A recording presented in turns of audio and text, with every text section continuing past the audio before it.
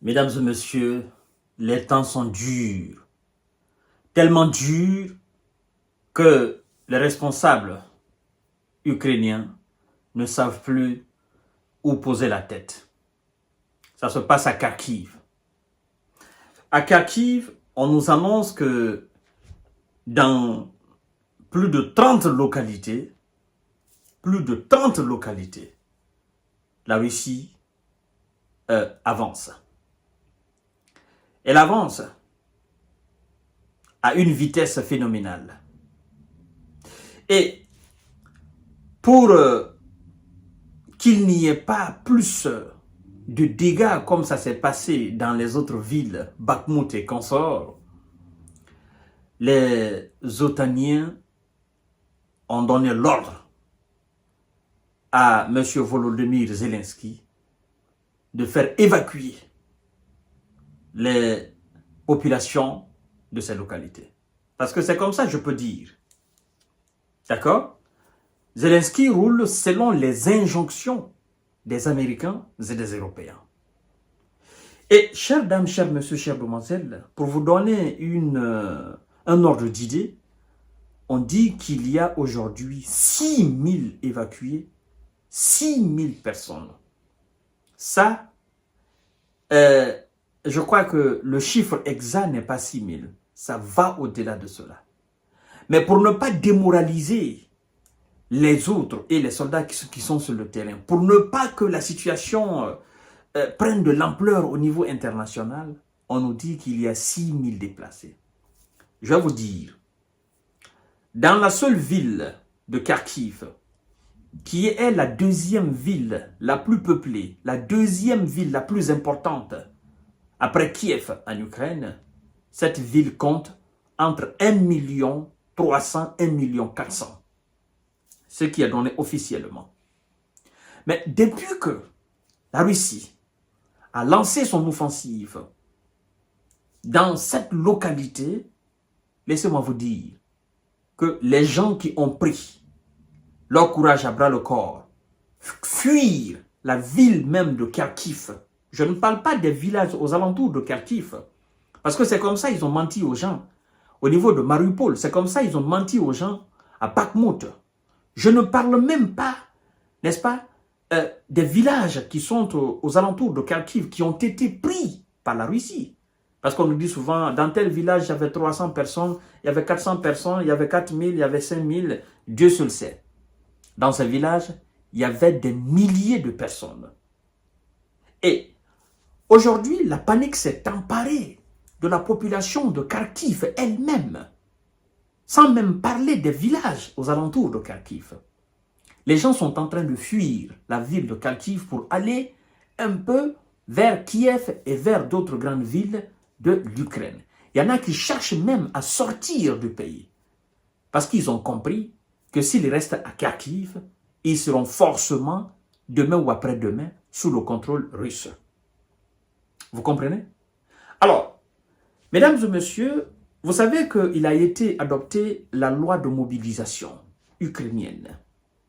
Maintenant, on a, je crois bien, c'était, à un moment donné, c'était l'âge varié entre 30 et 45 ans.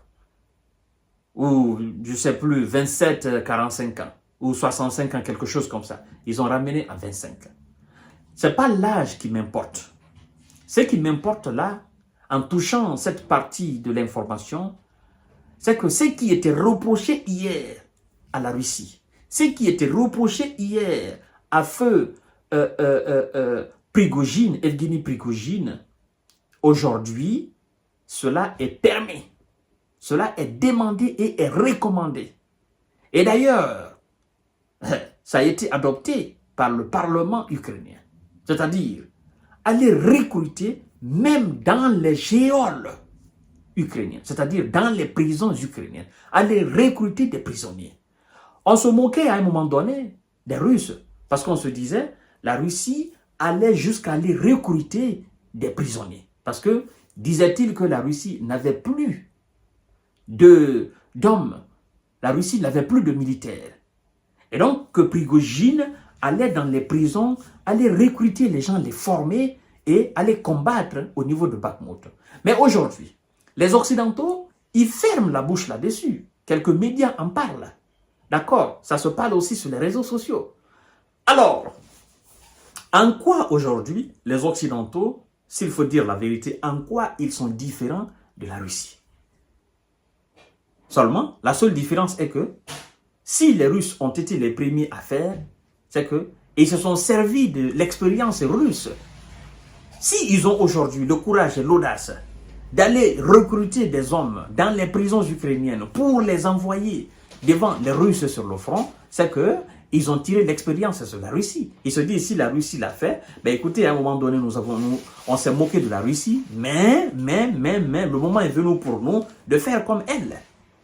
Sauf que, même ceux qui seront tirés des prisons ukrainiennes pour aller faire face à la Russie n'ont aucune capacité et ils ne changeront absolument rien.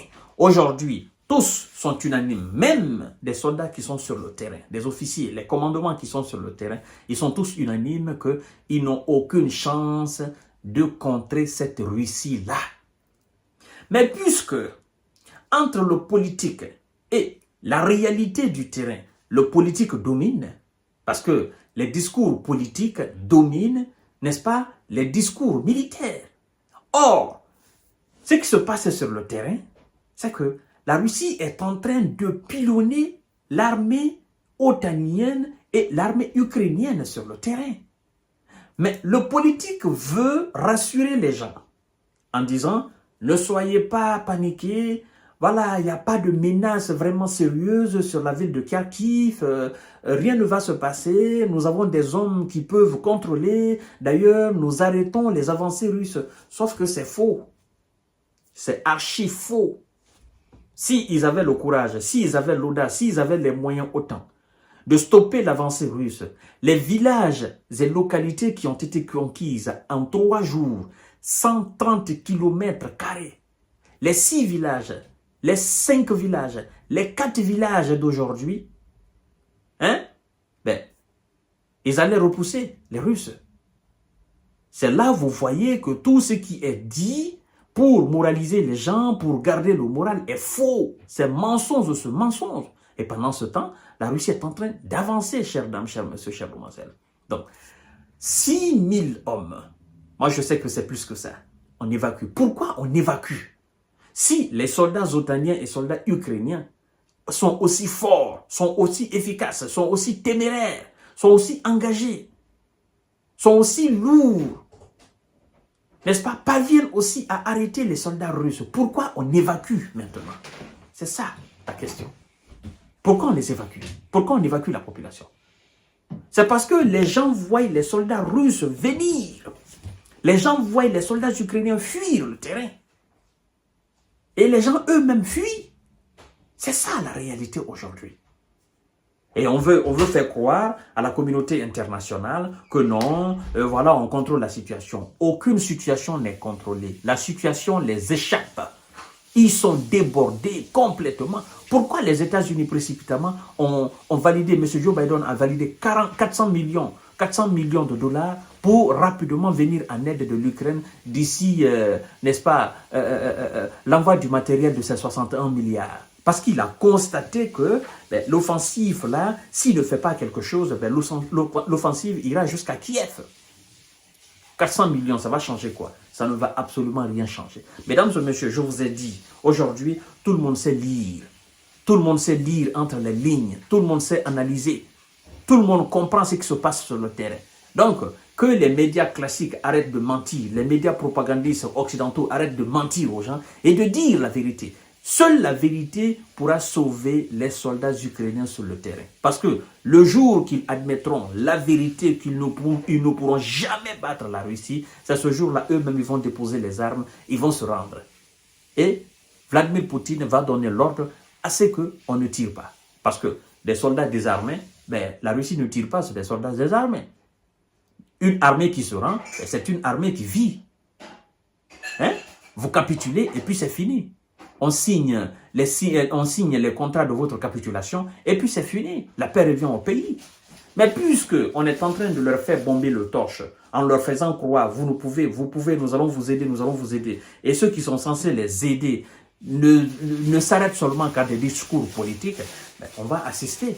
Et pendant ce temps, la pauvre population ukrainienne, elle est réfugiée sur son propre territoire.